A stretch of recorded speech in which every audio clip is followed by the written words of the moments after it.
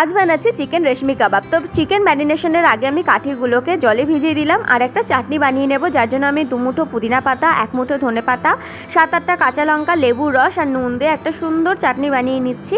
এখানে আমি 1 KG boneless chicken নিয়েছি, যার মধ্যে আমি লেবুর রস, নুন, টক দই, আদা বাটা, রসুন বাটা, একটু সাদা তেল, বড় চামচের 1 চামচ সবুজ চাটনিটা আর 2 প্যাকেট আমুল দুধের গুঁড়ো দিয়ে ভালো করে ম্যারিনেট করে নিলাম। 40 মিনিট আমি এটাকে এইভাবেই রেখে দিয়ে কাঠির মধ্যে আস্তে আস্তে চিকেনগুলোকে গেঁথে নিচ্ছি। এখানে কিন্তু ম্যারিনেশনটাই আসল, ম্যারিনেশন যত বেশিক্ষণ টাইম হবে রান্না হতে কিন্তু ততই কম সময় লাগবে। এরপর একটা ফ্রাইং প্যান বসিয়ে সেটা মিডিয়াম আঁচে রেখে তার মধ্যে দিয়ে দিচ্ছি বাটার, আর বাটারটা মেল্ট হয়ে গেলেই আমি তার মধ্যে কাবাব স্টিকগুলোকে দিয়ে দিলাম।